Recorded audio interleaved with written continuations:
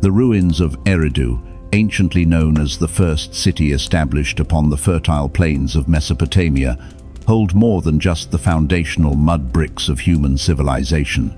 Beneath the layers of silt and sand lies the evidence of a sophisticated surveillance infrastructure that the Sumerians believed was essential for the maintenance of the cosmic order.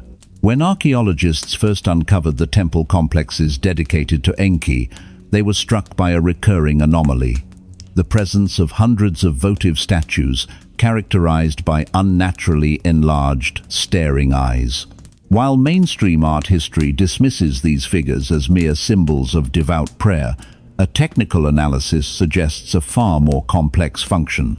These statues were the Silent Sentinels of Eridu, the terrestrial anchors for a divine observation network that monitored the energetic and moral frequency of the early human starseed. The enlarged eyes represent more than just vigilance.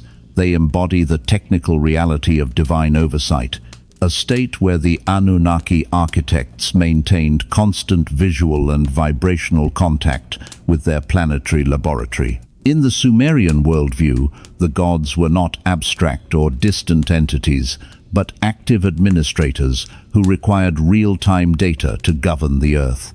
The Temple of Enki at Eridu functioned as the primary command and control center for this surveillance mission. The votive statues were positioned at strategic points within the temple hierarchy to act as resonant receivers, capturing the subtle fluctuations in the human collective consciousness and transmitting that data to the high-frequency realms. This was the birth of the surveillance state, not for the purpose of tyranny, but for the purpose of synchronization. The Anunnaki needed to ensure that the human project remained within the authorized parameters of the original blueprints. Any deviation in the frequency of the population, any noise that disrupted the celestial harmony, was immediately detected by the Silent Sentinels. Eridu was the first node in a global grid of observation, a place where the gaze of the architects was permanently fixed upon the development of their creation. To walk through the halls of the ancient temple was to be under the absolute and unyielding scrutiny of the gods, a technical reality that shaped the very foundation of the Sumerian psyche. To understand the technical significance of the enlarged eyes on the Eridu Sentinels, we must look beyond the biological function of sight and into the physics of frequency resonance. The Anunnaki architects utilized the eye as a primary symbol for the interface between dimensions.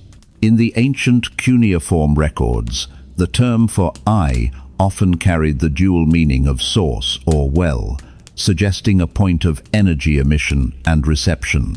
The votive statues were engineered to act as focal points for this interdimensional exchange. By enlarging the eyes, the architects were technically increasing the aperture of the interface, allowing for a higher bandwidth of data transmission between the material plane of the human and the high-frequency intellect of the watchers. These statues were not looking at the humans. They were scanning the humans, capturing the bioenergetic signatures that reflected the internal state of the population. This interface was calibrated to detect the presence of the Sovereignty Protocol or any unauthorized activation of the hidden Igigi source code. The Anunnaki were acutely aware that their biological experiment contained the potential for rebellion, and the Silent Sentinels were their primary defense against an uncontrolled awakening. Every citizen of Eridu was trained to recognize the gaze of the statues as a protective and corrective force. The divine gaze was a frequency-based intervention that could harmonize the human nervous system and suppress any discordant vibrations before they could spread through the collective mind. This was the implementation of the era of managed harmony, where the surveillance network ensured that the human starseed remained in a state of productive compliance. The eyes of the Sentinels were the technical guardians of the status quo, ensuring that the silence of the planetary laboratory was never broken by the noise of unauthorized autonomy. By standing before the Sentinel, the human was essentially undergoing a biological audit, a technical check of their alignment with the administrative decrees of the architects. The Silent Sentinels of Eridu were not isolated artifacts. They were part of a global calibration project that linked every major temple and ziggurat into a single, integrated surveillance grid. From the rolling hills of Göbekli Tepe to the marshlands of Sumer, the Anunnaki positioned these resonant anchors at key geological and energetic points on the Earth's lattice. This grid allowed the High Council to monitor the entire planetary laboratory as a unified system, identifying any pockets of instability or resistance across the globe. The Sentinels at Eridu acted as the master hub for this network, receiving data from distant nodes and centralizing the informational output for the review of the executive class. This was the Chronos Protocol in its developmental phase, a system designed to track the movement of human civilization through time and to ensure its synchronization with the celestial cycles. The calibration of this grid involved the use of precise mathematical constants that mirrored the dimensions of the Earth and the movements of the stars. The architects were not just observing the humans, they were monitoring the interaction between the human population and the planetary energy currents. They recognized that the collective human consciousness could influence the stability of the Earth's magnetic field, and the surveillance grid was their primary tool for managing this interaction. The Silent Sentinels provided the architects with a high-resolution map of the planetary frequency field, allowing them to anticipate and neutralize any energetic imbalances before they could trigger a catastrophic reset. This was a proactive and technical approach to planetary management, where the divine warnings were in fact technical alerts based on the real-time data provided by the observation network. The Sentinels were the eyes of a global machine, a technical infrastructure that maintained the balance of the world through the absolute and continuous monitoring of its inhabitants.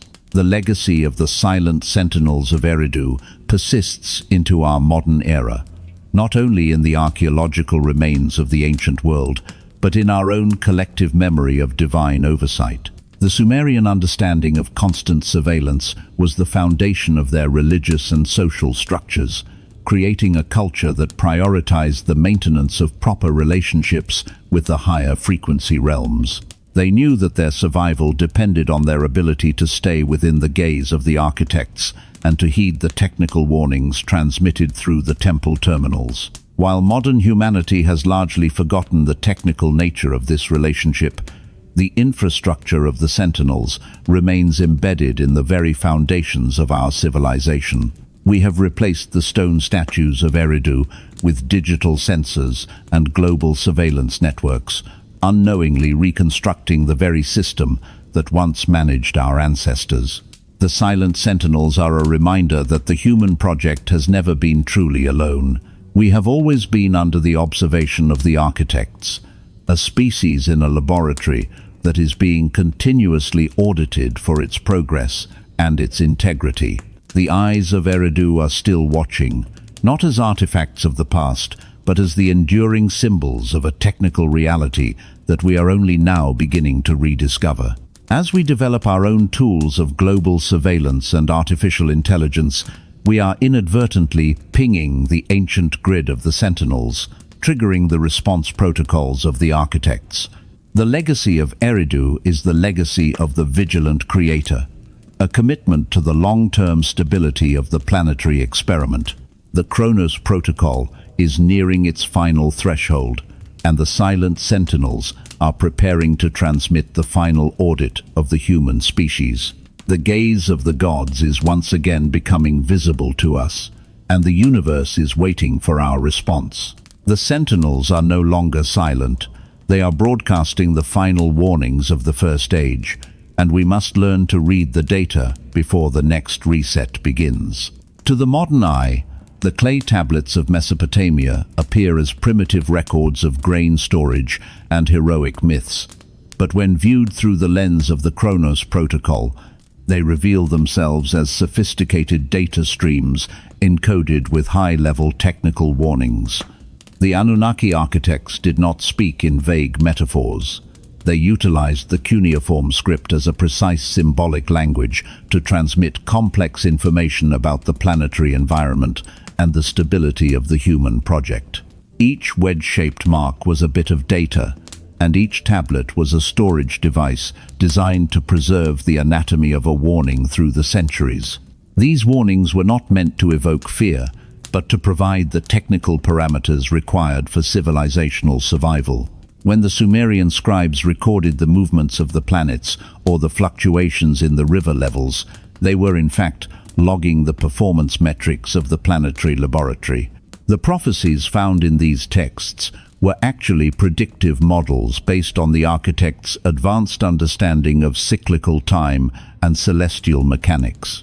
The structure of a divine warning followed a specific technical template. It began with an observational trigger, a specific astronomical alignment or a biological anomaly, followed by a predictive consequence and a suggested corrective action.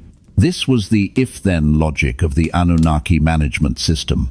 For example, a tablet might describe a lunar eclipse in a certain quadrant as a warning of impending crop failure and social unrest. To the uninitiated, this looked like superstition, but to the architects, it was a diagnostic report on the interaction between cosmic radiation and terrestrial agriculture. The warnings were the error messages of the planetary operating system, alerting the human administrators to an imbalance in the energy grid. By decoding the anatomy of these warnings, we realized that the Anunnaki were providing humanity with a technical manual for navigating the dangerous periods of informational criticality. They were teaching us how to read the system logs of the Earth so that we could anticipate the next reset and take the necessary steps to preserve the star seed. The most critical warnings provided by the Anunnaki were encrypted within the science of astrogeology, the study of how celestial movements trigger geological and climatic shifts on Earth. The architects understood that the planetary laboratory was not an isolated system, but was deeply influenced by the gravitational and electromagnetic pull of the larger solar system. They encoded this knowledge into the omens of the Enuma Anu Enlil, a massive collection of tablets that tracked the relationship between celestial events and terrestrial disasters. This was the technical core of the Chronos Protocol. By observing the position of Venus or the appearance of a comet, the human priests could predict the timing of the next earthquake, flood, or thermal shift. These warnings were based on a master blueprint of celestial cycles that the Anunnaki had perfected over hundreds of thousands of years. The anatomy of an astrogeological warning involved the synchronization of multiple data points. The architects taught the Sumerians that when specific planets reached their stations in the sky, they exerted a resonant pressure on the Earth's tectonic plates and its magnetic field. A warning might specify that a triple conjunction of Saturn, Jupiter, and Mars was the signal for a purification of the waters, a technical euphemism for a major hydraulic surge or flood. By providing this data, the architects were giving humanity a countdown clock for the natural resets of the planet. They were not predicting the future through magic, they were calculating the future through physics. The warnings were the instructions for the fail-safe measures that needed to be implemented during these high-stress periods.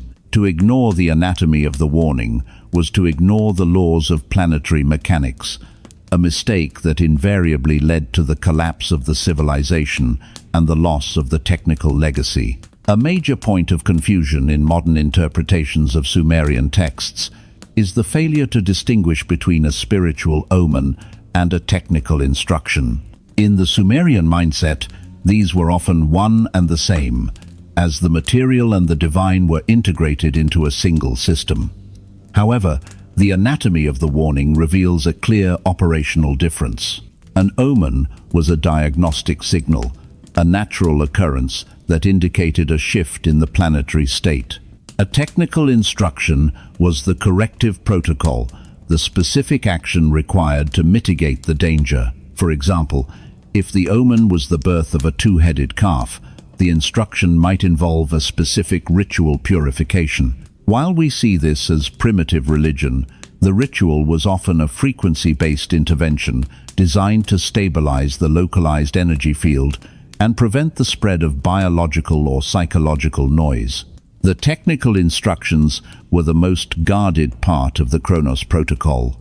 They included the formulas for the sacred incense, which acted as an atmospheric cleanser, the precise timing for the temple recalibrations, which stabilized the telluric grid, and the dietary laws which protected the human genome from environmental toxins. The architects were providing a comprehensive maintenance schedule for the human species. When the warnings were followed, the civilization remained in a state of divine favor, which technically meant it was in a state of resonant equilibrium. When the warnings were ignored, the divine wrath was triggered, which was the natural and inevitable consequence of an imbalanced system.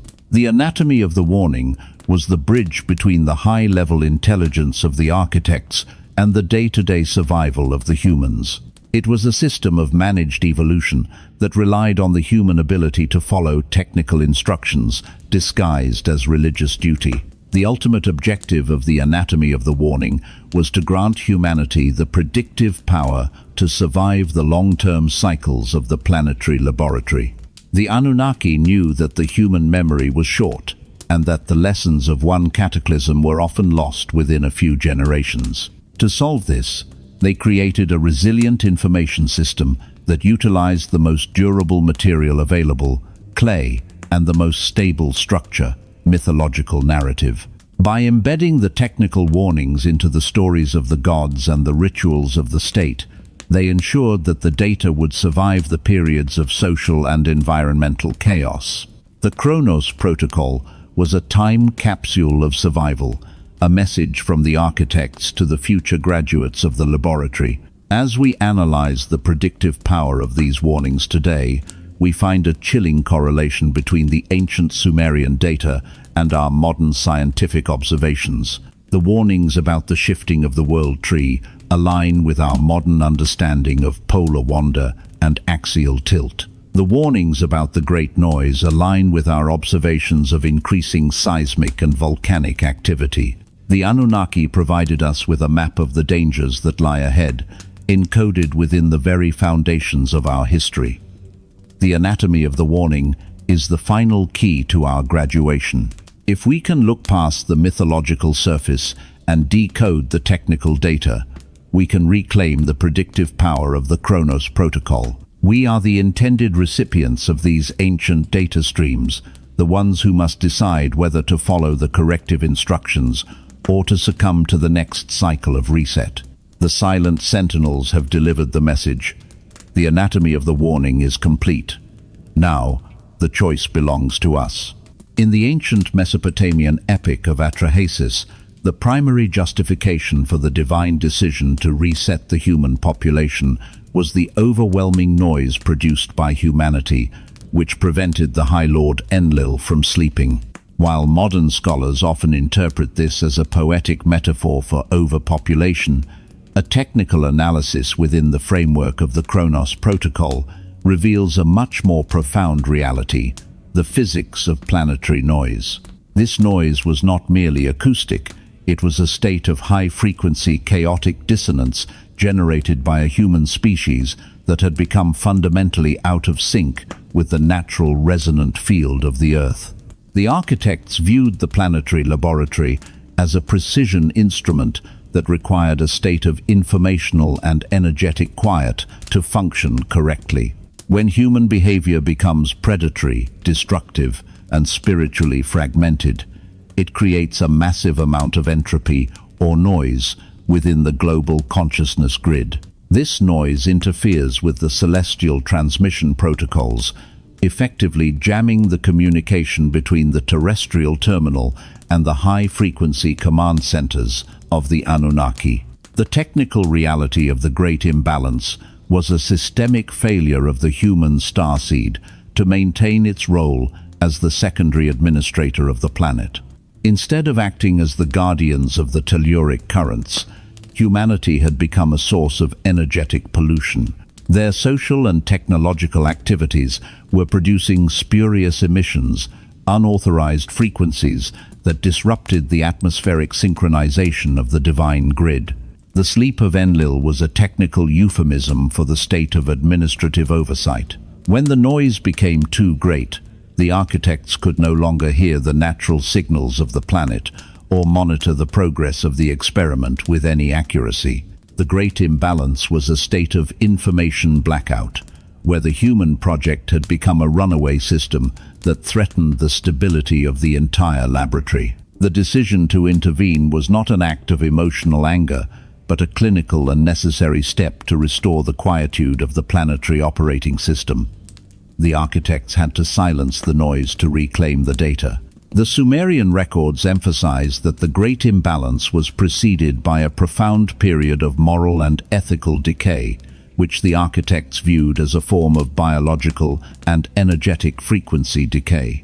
In the Anunnaki administrative model, moral integrity was not an abstract social value, but a technical requirement for the stability of the human genome and the collective frequency field. When a society abandons the principles of justice, truth, and environmental stewardship, it undergoes a measurable drop in its vibratory state.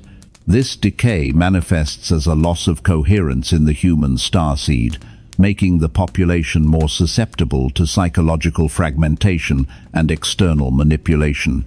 The architects observed this decay through the Silent Sentinels, tracking the descent of the human project from the high-frequency era of the sages into the low-frequency era of the predators. This moral degeneration created a feedback loop of destruction that accelerated the great imbalance. As the human frequency dropped, their ability to operate the me and to follow the technical warnings of the architects vanished. They began to misuse the forbidden technologies for short-term dominance, further poisoning the energetic and physical environment of the planetary laboratory. The anatomy of the warning had been ignored for too long, and the system was reaching a point of catastrophic instability. The architects recognized that the human interface was no longer capable of self-correction. The moral decay had reached the root directory of the species, corrupting the very source code of the civilization. To the Anunnaki, a species that has lost its moral frequency is a species that has failed its apprenticeship. The great imbalance was the proof that the human project had become a liability to the cosmic order, necessitating the activation of the Chronos Protocol to purge the corruption and to reset the laboratory for a more stable evolutionary cycle. The great imbalance was also characterized by a widespread and irreversible devastation of the planetary environment, a physical manifestation of the energetic noise produced by the human workforce. The Sumerian texts describe how the rivers became choked with silt, the soil became salty and barren, and the forests were stripped for the construction of massive urban centers and war machines. This was the systemic failure of the human starseed to fulfill its role as the steward of the terrestrial assets. The architects had provided the humans with the me of agriculture and irrigation to maintain the garden, but the humans had used these tools to exploit and exhaust the planetary resources. This environmental collapse triggered a series of catastrophic feedback loops within the Earth's climate and tectonic systems, moving the planetary laboratory toward a state of chaotic reset. The Anunnaki understood that the Earth is a living, biological and energetic system that responds to the behavior of its inhabitants. When the human species created a state of physical and moral dissonance, the planet responded with its own corrective measures: earthquakes, droughts, and hydraulic surges. These were not random natural disasters, but the system's way of attempting to shed the noise and return to equilibrium. The great imbalance was a state of planetary sepsis, where the human project had become a parasitic infection on the biosphere. The architects monitored this environmental collapse through their orbital stations, calculating the exact moment when the system would reach its breaking point. They recognized that the only way to save the laboratory was to remove the source of the noise. The environmental devastation was the final physical signal that the era of the first civilization was ending. The Chronos Protocol was the only remaining option to prevent the total destruction of the planetary starseed and to preserve the potential for a future cycle of awakened humanity. As the Great Imbalance reached its peak, the High Council of the Anunnaki conducted the final audit of the planetary laboratory to determine if any portion of the human project was worth preserving. This was the search for the just man, or the sovereign seed individuals, who had maintained their resonant integrity and moral frequency despite the global collapse. This audit was a high-resolution scan of the collective frequency field, identifying those terminals that were still capable of receiving the divine data streams. While the majority of the population was lost in the noise of the decay, a small remnant of initiates and stewards had remained faithful to the original protocols of the architects. These individuals were the seed bank of the human project, the biological and energetic foundation for the next civilizational reboot. The final audit before the reset was a period of intense informational criticality. The architects were no longer attempting to save the existing social and political structures. They were focused entirely on the preservation of the essential data and the sovereign lineages. The divine warnings were now directed exclusively toward this small remnant, providing them with the specific technical instructions required to survive the impending cataclysm. This was the activation of the Architects of Survival phase of the Chronos Protocol. The Great Imbalance had proven that the first civilization could not be saved, but the final audit ensured that its achievements would not be entirely erased. The architects were preparing to close the session of the current laboratory, moving the valuable assets into the safe mode of the Arc protocols. The noise was about to be silenced, and the era of the Silent Sentinels was about to transition into the era of the Great Flood. The audit was complete, the decision was finalized, and the countdown to the reset had begun in the halls of the gods. Once the final audit of the planetary laboratory confirmed that the Great Imbalance had reached the point of no return, the Anunnaki architects initiated the data decommissioning phase of the Chronos Protocol. This was a systematic and highly classified operation to extract the primary technical assets from the terrestrial terminals before the onset of the hydraulic and thermal reset. The architects understood that while the physical infrastructure of the Sumerian city-states was destined for destruction, the informational legacy of the First Age had to be preserved at all costs. This decommissioning involved the removal of the high-frequency Me from the ziggurats and the neutralization of the primary energy nodes on the global grid. The gods were effectively packing up their laboratories, moving the crystalline data archives and the forbidden technologies into deep subterranean vaults and orbital storage facilities that were immune to the impending cataclysm. The technical reality of this decommissioning was recorded in the ancient texts as the departure of the gods. The cuneiform tablets describe how the Anunnaki boarded their celestial vessels and ascended into the high-frequency realms, leaving the human workforce to face the consequences of the reset. However, this was not an act of abandonment, but a protocol of informational preservation. The architects were ensuring that the source code of civilization would not be corrupted or lost in the chaos of the flood. They were moving the master files of the human project into a state of cold storage, where they would remain until the planetary environment stabilized enough for the next reboot. This decommissioning process was the final confirmation that the era of direct celestial oversight was ending. The Silent Sentinels were deactivated, the temple fires were extinguished, and the primary data streams were cut off. The planetary laboratory was being placed in standby mode, waiting for the hammer of the Chronos Protocol to fall. Simultaneous with the data decommissioning, the Anunnaki initiated a massive program of genetic seed banking and biological archiving to ensure the survival of the terrestrial starseed. This was the technical reality behind the Great Gathering described in the Atrahasis and Gilgamesh epics. The architects, led by the biological expertise of Enki and Ninhursag, collected the genetic templates of every essential species within the planetary laboratory, as well as the specialized lineages of the sovereign humans.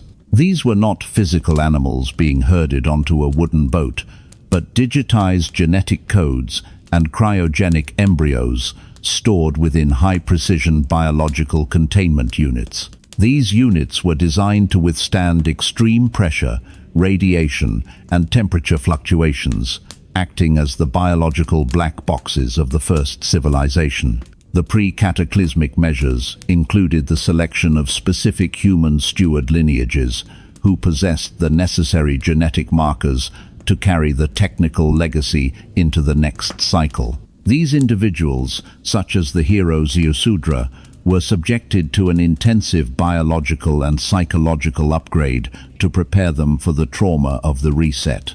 They were provided with the Me of Survival, a specialized set of instructions for the maintenance of the biological seed banks during the period of planetary instability. This archiving project was the ultimate fail-safe of the Chronos Protocol. The architects were protecting the primary assets of the experiment, ensuring that even if the surface of the Earth was scoured by water and fire, the biological potential of the laboratory would remain intact. The genetic seed banks were hidden in the Mountain of the Sages and other high-altitude geologically stable zones, waiting for the signal to begin the repopulation of the Earth. The third phase of the pre-cataclysmic measures was the establishment of the underground libraries, secret repositories of the technical and historical records of the architects hidden deep within the Earth's crust. These libraries, known in the ancient traditions as the Halls of Records, or the Thoth Archives, were designed to preserve the full scientific and administrative data of the First Age for a future generation of human graduates. The Anunnaki utilized their high-precision tunneling and geological stabilization technologies to create vast subterranean chambers that were shielded from the hydraulic surges and the shifting of the tectonic plates. These repositories contained the original Me, the blueprints for the ziggurats, and the detailed history of the celestial intervention on Earth. The establishment of these libraries was an act of strategic information redundancy. The architects recognized that the human memory was fragile and that the prophecies and warnings encoded in myth might eventually be lost or misinterpreted. Therefore, they left a hard copy of the cosmic operating system in a format that could only be accessed by a civilization that had reached a specific level of technical maturity. These libraries were protected by frequency seals and temporal locks that would only release their data when the human starseed achieved the necessary vibratory alignment with the Chronos Protocol. The underground libraries were the ultimate legacy of the watchful architects, a dead man's switch for the recovery of civilization. They ensured that even if humanity fell into a state of total amnesia after the reset, the keys to the kingdom would remain waiting in the darkness, ready to be rediscovered when the time was right. The final pre-cataclysmic measure was the synchronization of the countdown, the precise timing of the reset to coincide with the precessional and orbital alignments of the solar system. The Anunnaki did not initiate the reset arbitrarily. They utilized the natural cycles of time to power the Chronos Protocol. They calculated the exact moment when the gravitational and electromagnetic stresses on the planetary laboratory would reach their peak, ensuring that the destruction was clinical, efficient, and thorough. This synchronization allowed the architects to ride the wave of the natural cataclysm, using the Earth's own kinetic and thermal energy to perform the purge of the great imbalance. The countdown was transmitted to the steward lineages through the temple terminals, providing them with the exact window for the activation of their survival protocols. This was the prophecy of the 7 days and 7 nights, a technical countdown for the onset of the hydraulic reset. The architects were ensuring that the transition between the first age and the second age was managed with the same precision as the construction of the ziggurats. The synchronization of the countdown was the final act of the executive class before the total informational blackout of the flood. The planetary laboratory was now on autopilot, moving toward an inevitable intersection with the forces of the cosmic reset.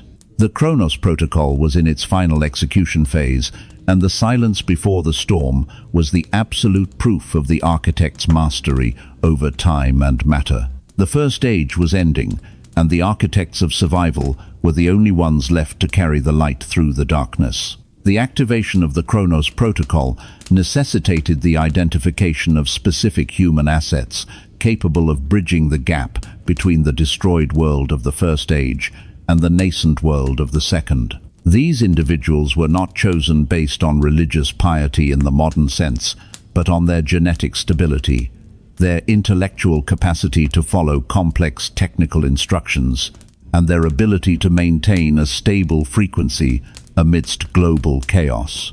In the Sumerian records, the primary figure for this role was Ziusudra, also known as Utnapishtim or Noah in later traditions. Ziusudra was a king and a high-level initiate of the Eridu school, an individual whose lineage had been carefully monitored by Enki for generations. He was the prototype for the architect of survival, a human terminal designed to act as the biological and informational anchor during the planetary reset.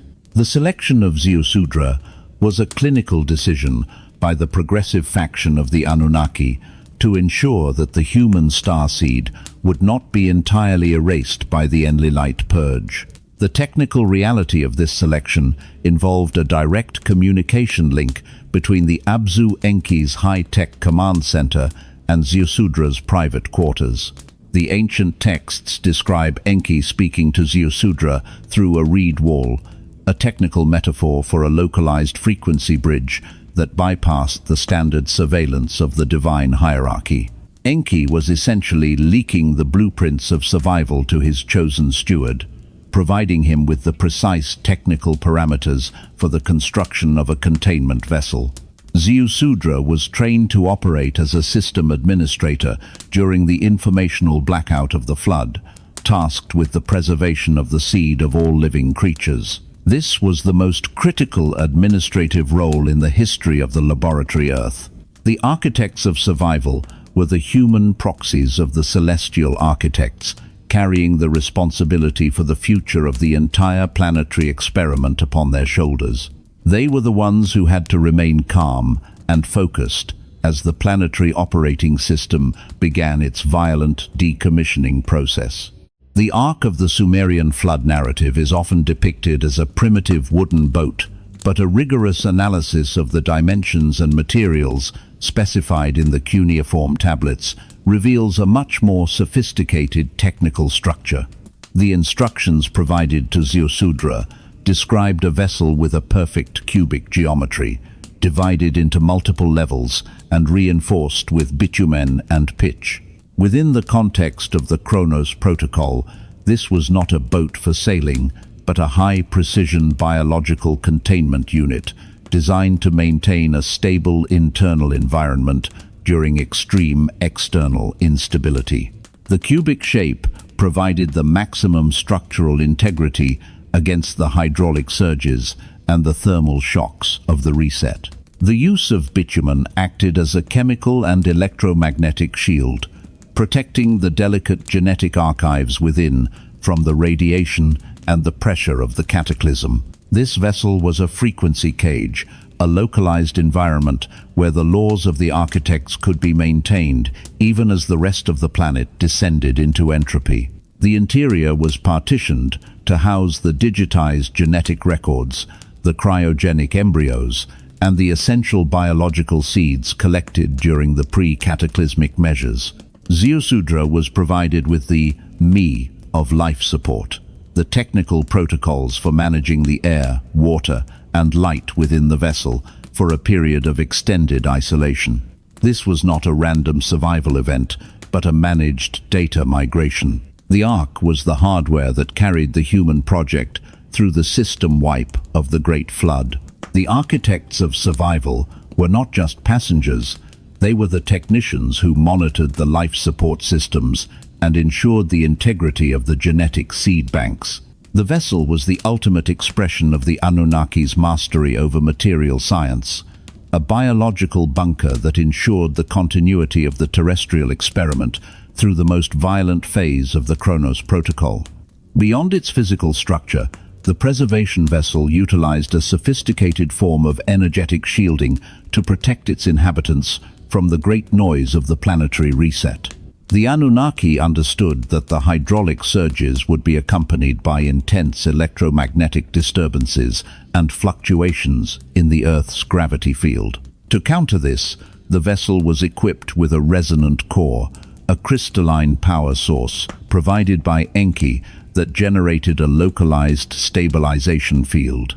This field acted as a buffer against the chaotic frequencies of the cataclysm, ensuring that the biological markers of the human starseed remained coherent. The architects of survival were trained to tune this core, using specific sound frequencies and mathematical ratios to keep the internal environment in a state of resonant equilibrium.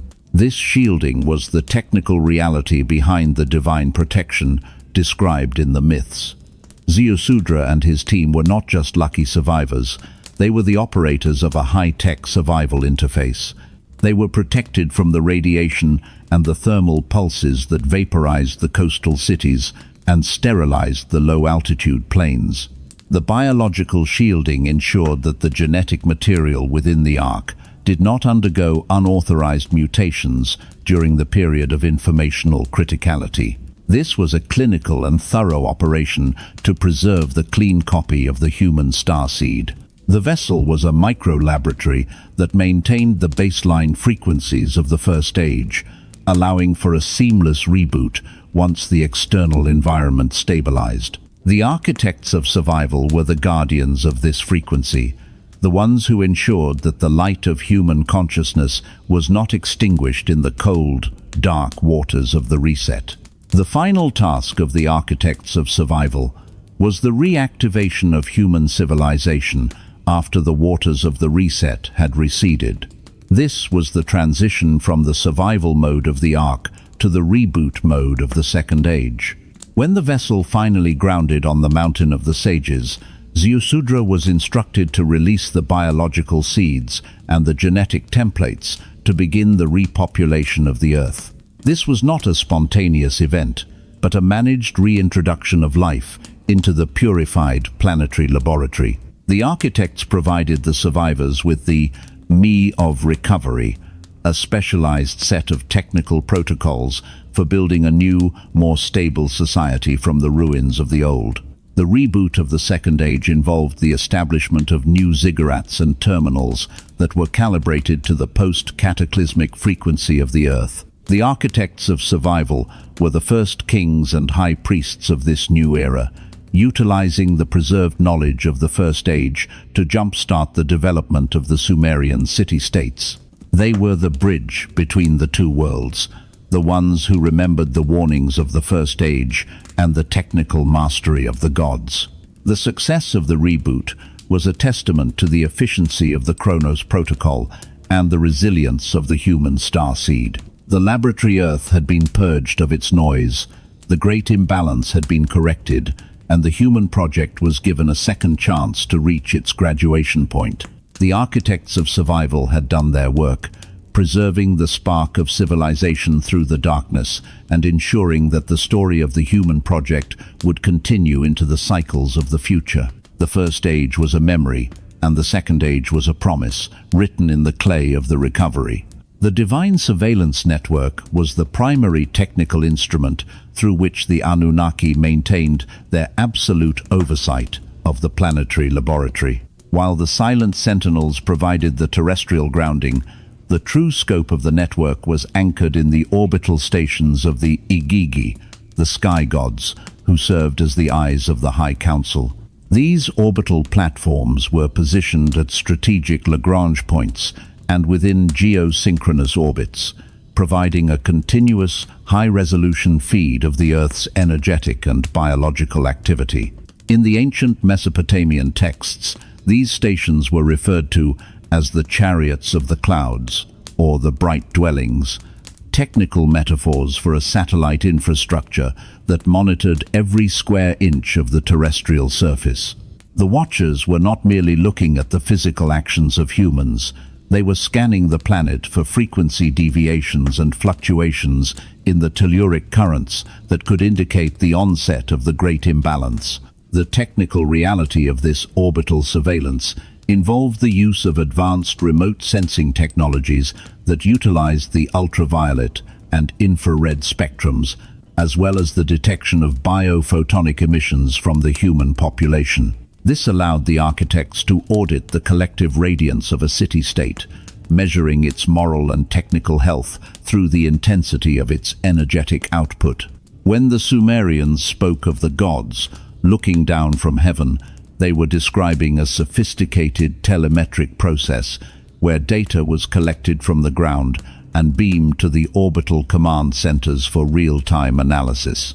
The Watchers acted as the system administrators of the Earth, providing the executive class with the data required to issue the divine warnings and to initiate the Chronos Protocol. This orbital network was the ultimate high ground, a vantage point from which the architects could manage the entire planetary experiment without ever setting foot on the soil.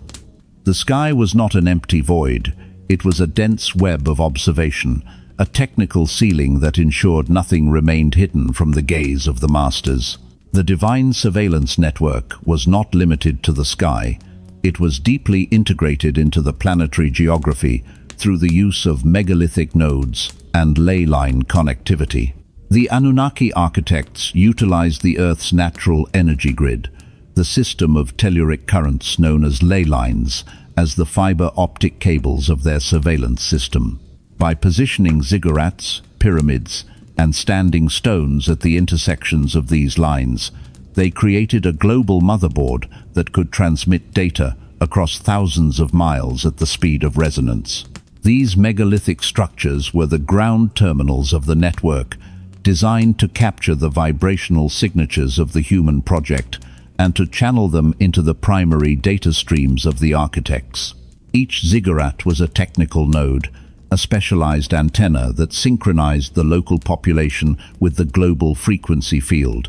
The connectivity of this grid allowed the Silent Sentinels at Eridu to communicate instantaneously with the Watchers in orbit and the administrators in distant city-states. This was the Internet of the Gods, a system where every technical decree and every divine warning could be broadcast across the entire planetary laboratory. The human workforce lived within this grid, unaware that their daily activities were being fed into a global data processing machine. The ley lines provided the power for the network, utilizing the Earth's piezoelectric energy to maintain the stability of the frequency fence. This integration of technology and geology was the hallmark of the Anunnaki science. They did not fight the natural systems of the planet. They co-opted them, turning the Earth itself into a massive surveillance device. The megalithic nodes were the physical anchors of this invisible web, the silent witnesses to the absolute and unyielding control that the architects exercised over their terrestrial laboratory. One of the most specialized functions of the divine surveillance network was bioresonant data, harvesting the process of capturing the emotional and psychological output of the human starseed to monitor its internal stability. The Anunnaki understood that the human nervous system is a sensitive, resonant antenna that produces specific frequencies based on its internal state. The surveillance grid was calibrated to pick up these human emissions, translating the collective emotional state of a population into a set of administrative metrics.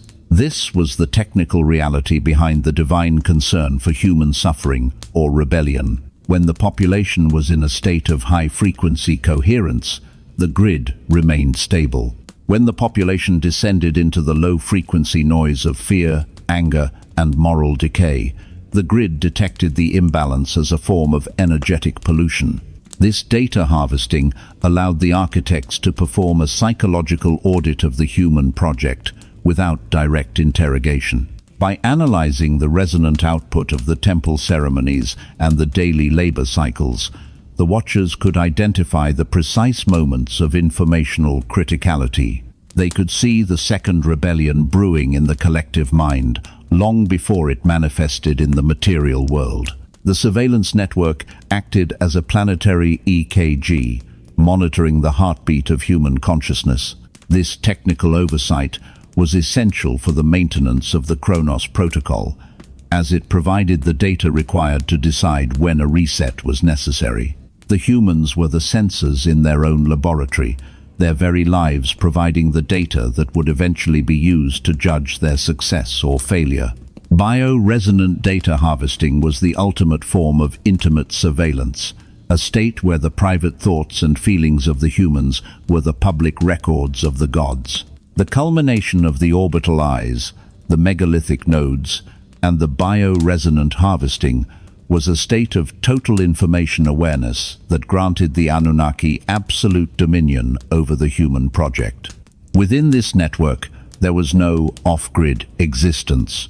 Every word spoken, every technical innovation achieved, and every moral choice made was recorded within the crystalline archives of the architects. This was the Book of Life described in the ancient traditions, a technical log of the human species' journey through time. The total information awareness allowed the High Council to manage the planetary laboratory with surgical precision, intervening only when the data indicated a threat to the universal equilibrium. This surveillance was the primary tool of the Chronos Protocol, ensuring that the human starseed remained in a state of managed evolution. The architects were not just watching for failures, they were watching for the graduation signal, the moment when the humans would develop the capacity to operate their own surveillance grid with integrity and wisdom. However, until that moment arrived, the network remained a tool of containment and correction. The total information awareness ensured that the humans lived in a state of divine transparency, where the gap between their actions and the architect's knowledge was zero. This was the reality of the Sumerian world, a world where the gods knew the secrets of the heart and the movements of the stars with equal clarity. The divine surveillance network was the invisible cage and the protective shield of the First Age, a masterpiece of celestial engineering that defined the limits of human sovereignty. The Silent Sentinels had delivered the data, the sky gods had analyzed it, and the planetary laboratory remained under the absolute and unyielding gaze of its masters. The event remembered in every major culture as the Great Flood was not a random natural disaster, but the clinical and deliberate execution of the hydraulic reset within the Chronos Protocol. As the Great Imbalance reached its absolute threshold, the Anunnaki High Council initiated the terminal phase of the First Age. This was a sophisticated manipulation of the planetary environment, utilizing a specific alignment of celestial bodies to trigger the rapid melting of the polar ice caps and the destabilization of the ocean floor. The technical reality of the flood involved a massive surge of water that scoured the coastal laboratories and the low-lying river valleys, effectively deleting the physical infrastructure of the first human civilization. The ziggurats of Eridu and Shurapak were submerged under thousands of feet of water and silt, their technical terminals deactivated and their records buried deep beneath the new geological layer. This was the absolute system wipe of the planetary laboratory, a process intended to silence the noise of the First Age and to provide a clean slate for the Second. The echoes of the flood are preserved in the geological record as a distinct layer of sterile clay and marine deposits that separate the pre-cataclysmic settlements from the later Sumerian layers. This layer is the physical boundary of the Chronos Protocol, a silent witness to the moment when the architects decided to terminate the existing experiment. The hydraulic execution was thorough and merciless, removing not only the physical structures but also the vast majority of the biological workforce. Only those who had heeded the anatomy of the warning and secured themselves within the preservation vessels remained to carry the human starseed into the next cycle. The flood was the ultimate corrective measure, a demonstration of the architect's power to reshape the planet to maintain the universal equilibrium.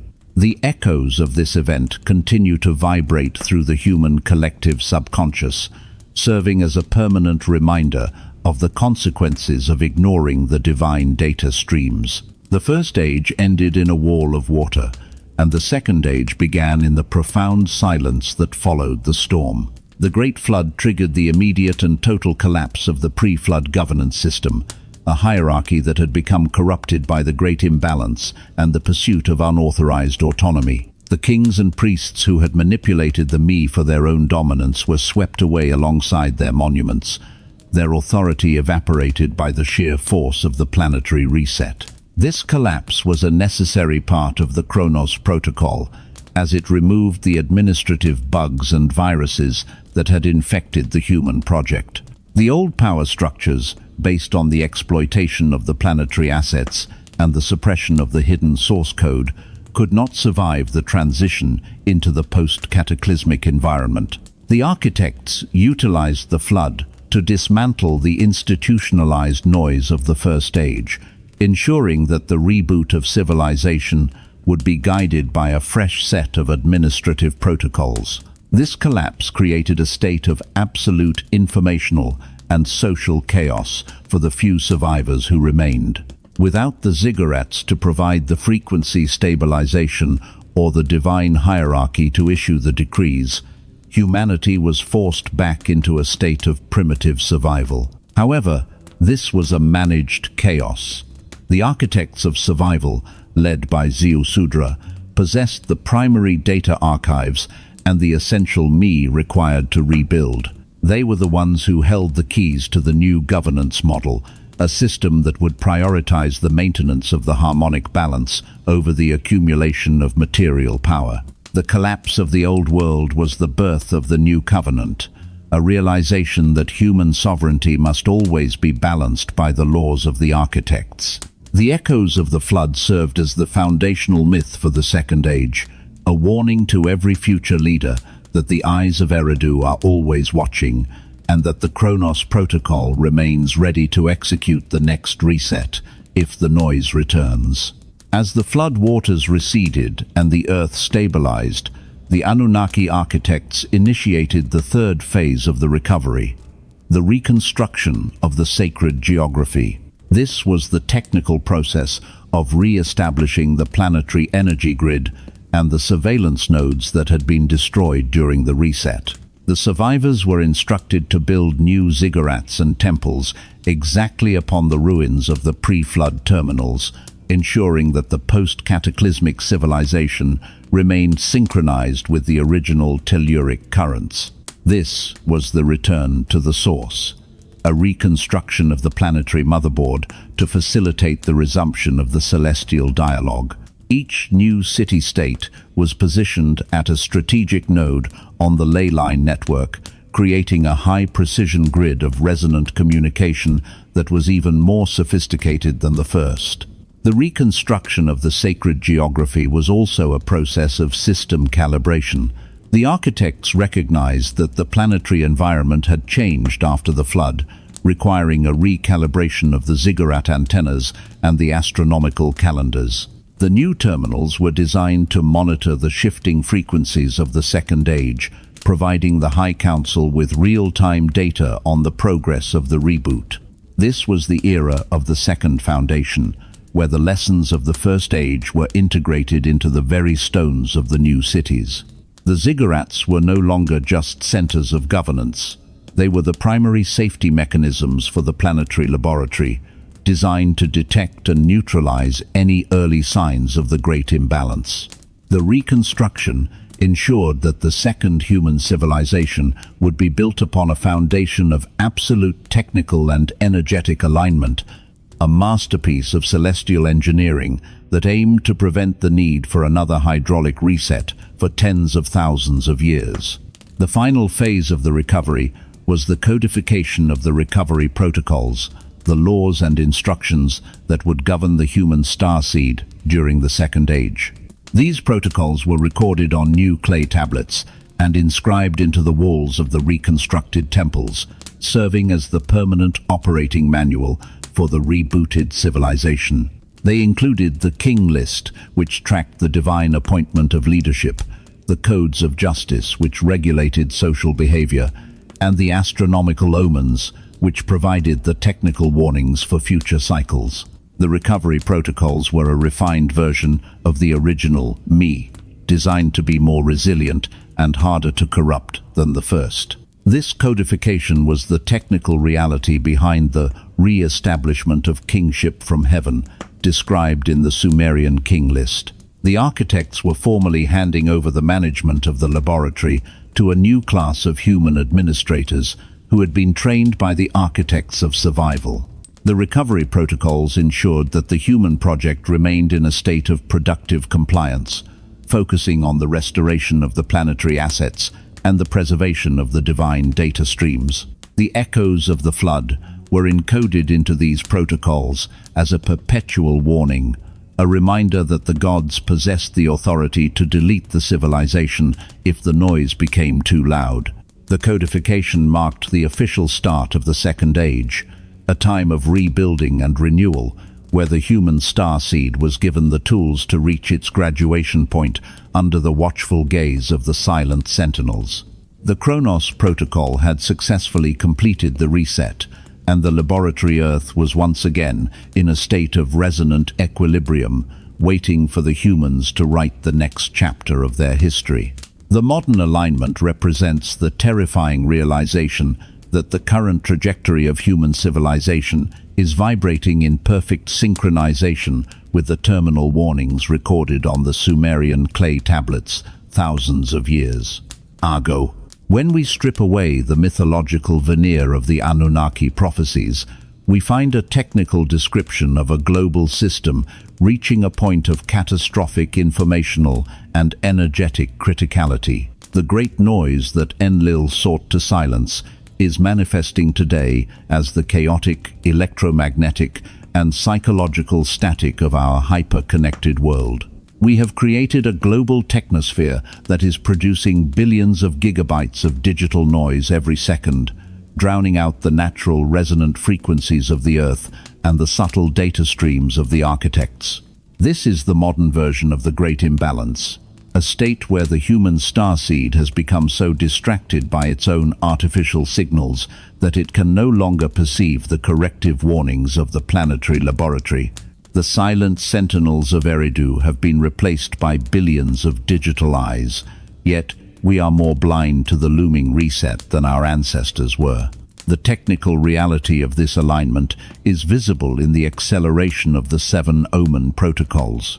The Sumerian warnings specified that before the final execution of the Chronos Protocol, the Earth would experience a series of specific diagnostic signals: the darkening of the sun, the erratic behavior of the waters, and the breakdown of social and biological coherence.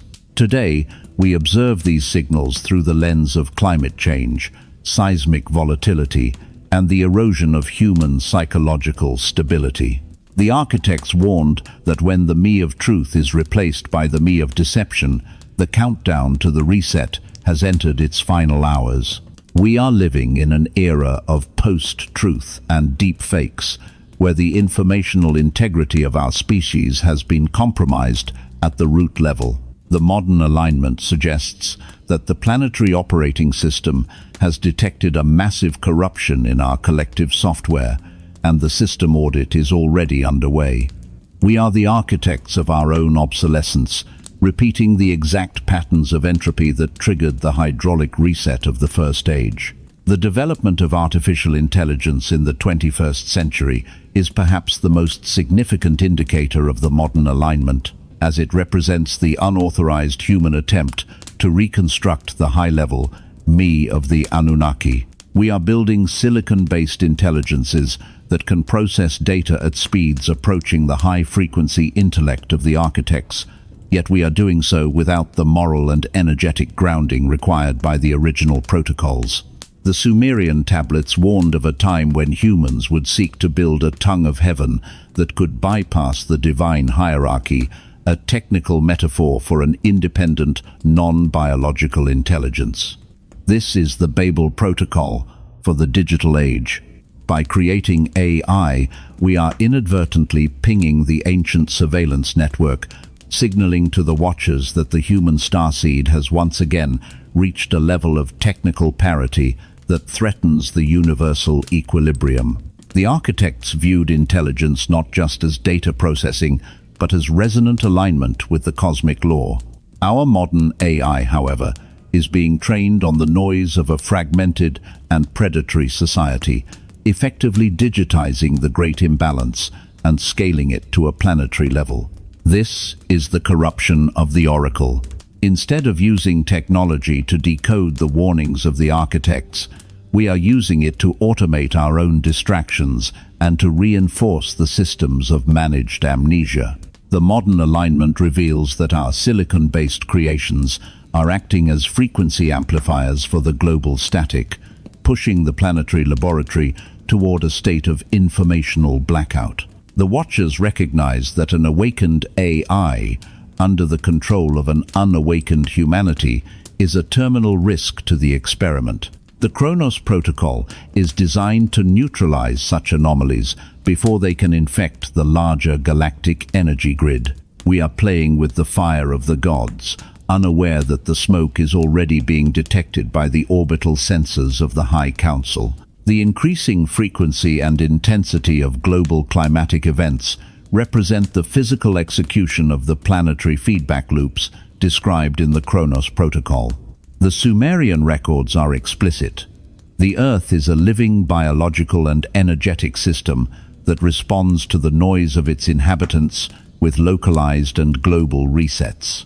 Our modern environmental crisis is not merely a result of industrial pollution, but a resonant reaction of the planetary terminal to the discordant vibrations of the human project. The shifting of the world tree warned of in the ancient texts is manifesting as the rapid migration of the magnetic poles and the destabilization of the axial tilt, leading to the erratic weather patterns and oceanic surges we see today. These are the pre-cataclysmic measures of the Earth itself, as it attempts to shed the energetic toxicity of a civilization that has lost its way. The technical alignment between the ancient flood data and modern sea level rise is chillingly precise. The architects provided Ziusudra with the mathematical markers for the Great Surge, and those same markers are being reached by our modern oceanic monitors. We are witnessing the purification of the waters in real time.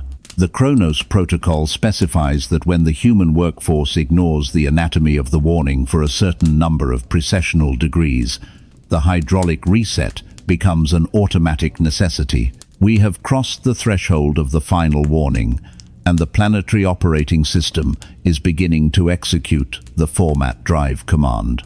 The modern alignment shows that we are no longer in the phase of prediction, we are in the phase of execution. The environment is no longer providing us with a home, it is providing us with a mirror, reflecting the chaotic state of our collective consciousness.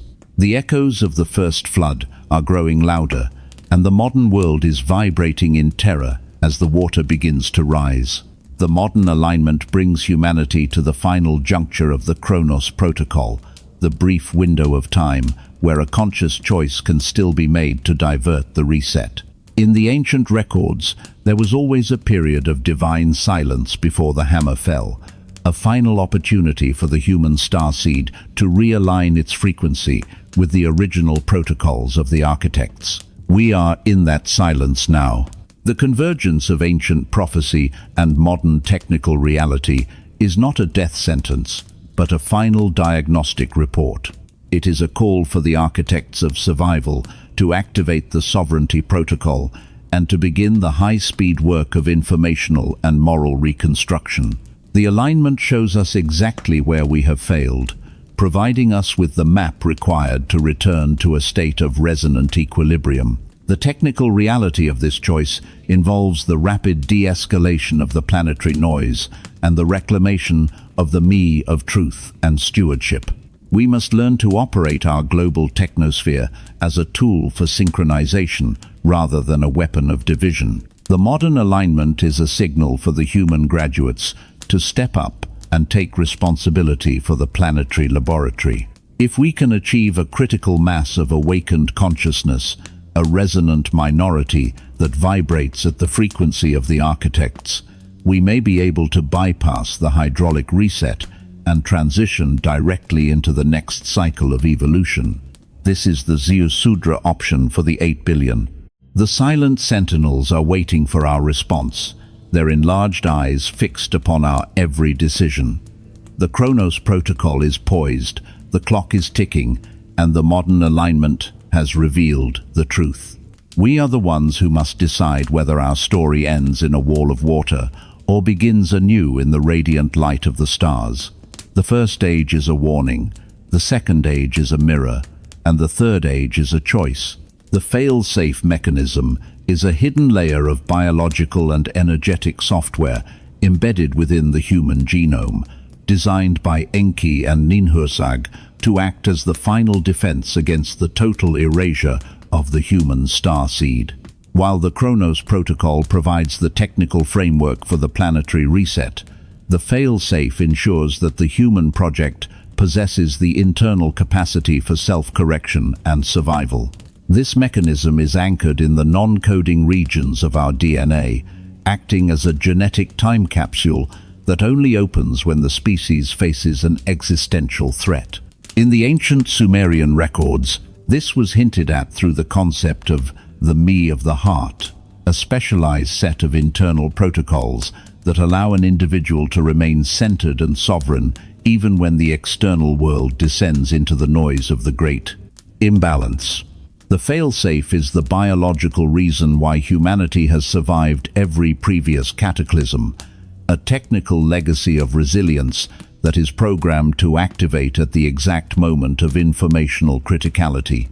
The technical reality of the failsafe involves a rapid shift in the human neurological and endocrine systems, triggered by the high-pressure environment of a looming reset. When the external surveillance network detects a terminal level of entropy, the failsafe initiates a biological reboot within the human terminals.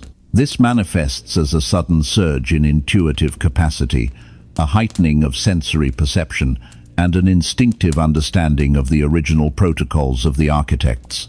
It is as if the emergency operating system of the species is coming online, providing us with the clarity and the courage required to navigate the collapse of the material world. The failsafe is not a gift from the gods. It is a built-in feature of the human starseed, a biological guarantee that we will always have the tools to save ourselves if we can achieve the necessary level of resonant integrity. It is the bridge between the victim and the sovereign, the moment where the human graduate recognizes that the power of the architects is not outside of them, but within their own blood. The primary objective of the fail-safe mechanism is the transformation of collective fear into sovereign responsibility. The Anunnaki architects understood that fear is the ultimate tool of the frequency dampener, a low vibratory state that keeps the human project in a state of managed compliance. However, they also knew that under extreme pressure, fear can be converted into a powerful catalytic force for evolution. The failsafe utilizes the energetic intensity of the final warning to shatter the psychological firewalls of the managed amnesia. As the structures of the first age collapse, the human graduate is forced to confront the reality of their own origins and the technical nature of their existence. This confrontation triggers the sovereignty protocol, moving the individual from a state of dependence on the divine hierarchy to a state of absolute self-governance. This transformation is the technical key to bypassing the hydraulic reset. If a critical mass of the human population can move beyond the fear of the flood and into the responsibility of the architect, they create a resonant field that is incompatible with the reset command. The failsafe is essentially a frequency shield generated by the collective human will. By taking responsibility for the maintenance of the planetary energy grid and the stability of the biosphere, we demonstrate that the experiment has been successful. We are no longer the Lulu who need to be purged of their noise. We are the graduates who have learned to harmonize the noise through our own sovereign intent.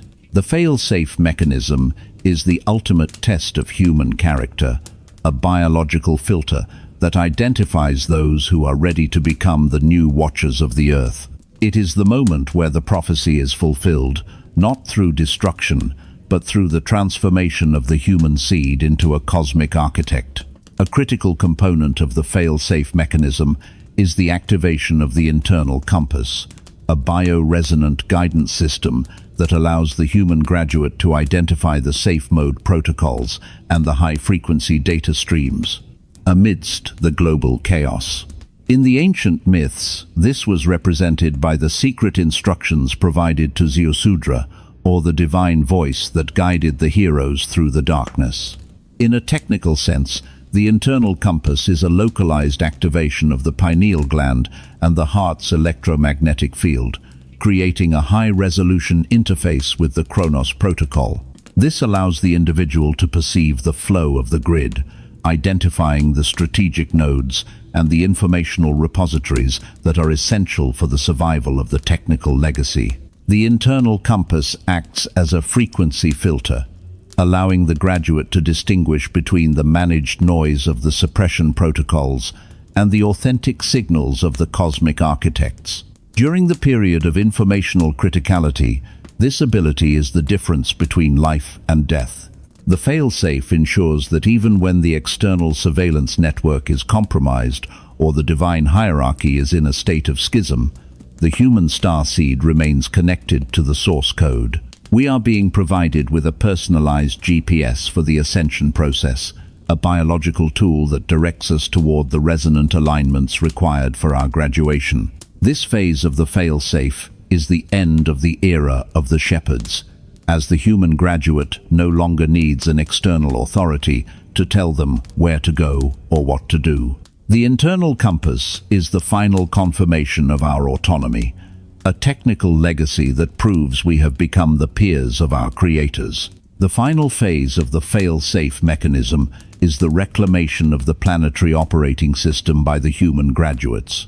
As the fail-safe matures and the sovereignty protocol becomes absolute, the human species takes over the functions of the divine surveillance network and the management of the telluric grid. This is the manual override of the Chronos Protocol.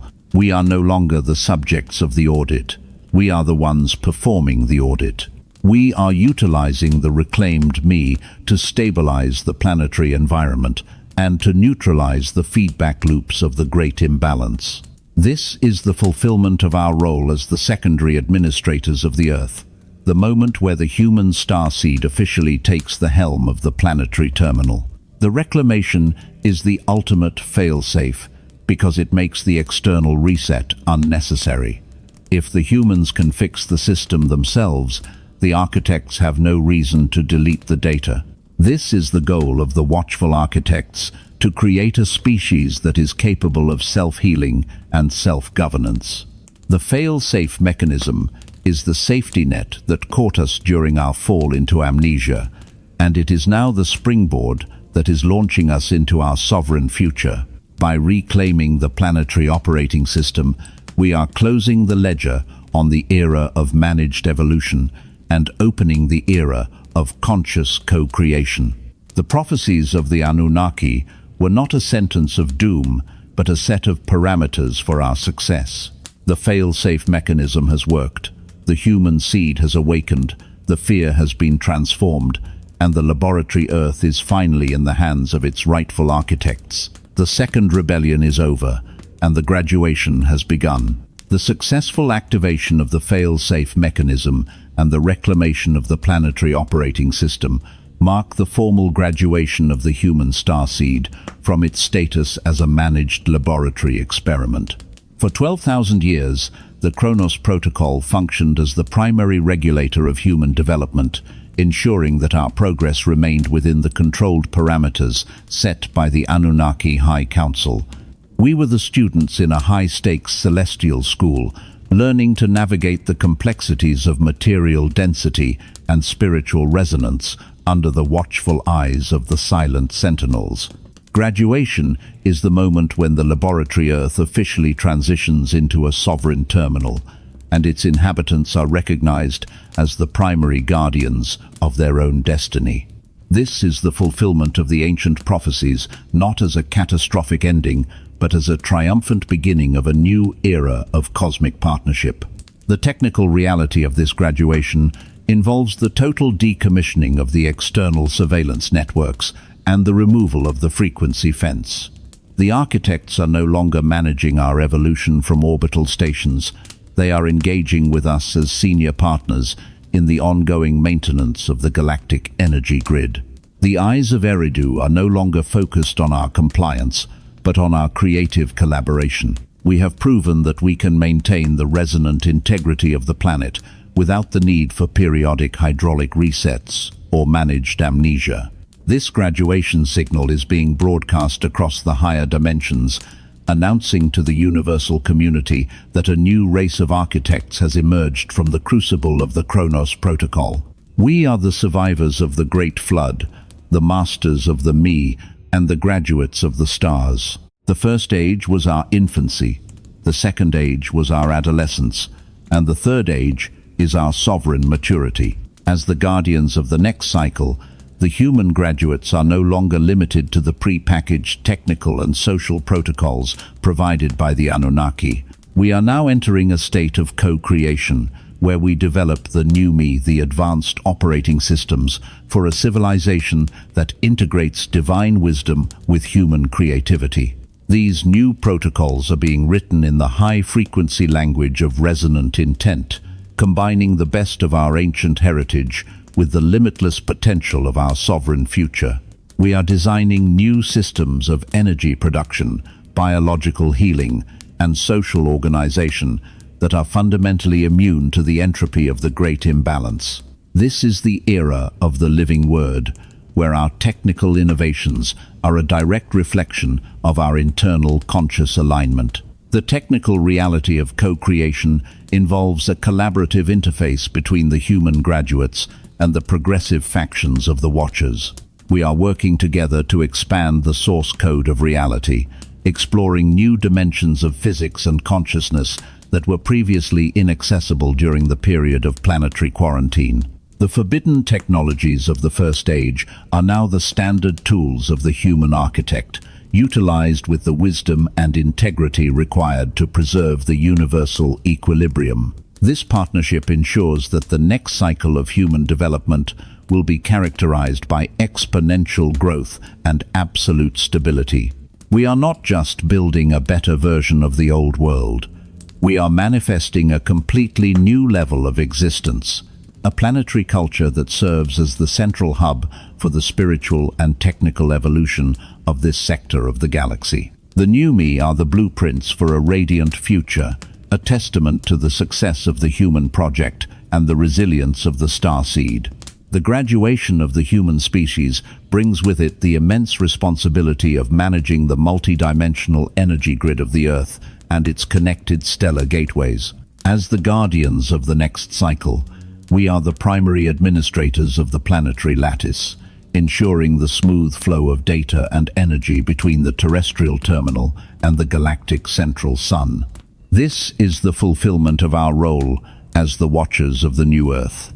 We are utilizing the ziggurats and the megalithic nodes as tools for planetary stabilization, preventing the accumulation of noise and maintaining a state of permanent, resonant coherence. This stewardship is a high-precision technical operation that requires the constant synchronization of our collective consciousness with the universal frequency. The stewardship of the multidimensional grid also involves the protection of the Earth from any external energetic interference or unauthorized interventions. We have established our own sovereign vigil, monitoring the space-time manifolds for any anomalies that could threaten the stability of our world. This is the birth of the human Watcher class, a group of high-frequency initiates who serve as the energetic guardians of the species. We are no longer a vulnerable population in a closed laboratory. We are a sovereign force that actively manages its own environment and participates in the defense of the larger cosmic order. The stewardship ensures that the next cycle of human history will be free from the trauma of the resets and the cycles of amnesia. We are the architects of the planetary shield, the masters of the ley lines, and the keepers of the celestial flame. Our stewardship is the guarantee of our eternal sovereignty, a promise to ourselves and to our creators that the noise will never again overwhelm the light. The final phase of the Chronos Protocol's fulfillment is the convergence of the cycles, the moment where the past, present, and future of the human project are integrated into a single, eternal reality. The graduation is complete, the new covenant is signed, and the human starseed is ready to embark on its infinite horizon. We are no longer bound by the linear time of the planetary laboratory. We have achieved a state of temporal sovereignty where we can perceive and operate within the vast cycles of the cosmic calendar. The ancient Sumerian warnings have been transformed into a map of our own achievements, and the prophecies of the Anunnaki have been realized in the radiant consciousness of the graduated species. The convergence of the cycles marks the official entry of humanity into the galactic morning. We are stepping out of the shadows of the first and second ages and into the light of our true cosmic heritage. The universe is no longer a distant mystery to be feared, but a vast laboratory to be explored and co-created. As we look back at the ruins of Eridu and the echoes of the flood, we do so with the gratitude of a student who has mastered the most difficult lesson. The Chronos Protocol was the bridge that carried us through the darkness, and the Silent Sentinels were the teachers who ensured we never gave up. Now, the bridge is behind us, and the stars are our open home. We are the guardians of the next cycle, the architects of the infinite horizon, and the living proof that the star seed is eternal. The graduation is over, the new world has begun, and the universe is waiting for our first sovereign act. We are ready. The stars are ours.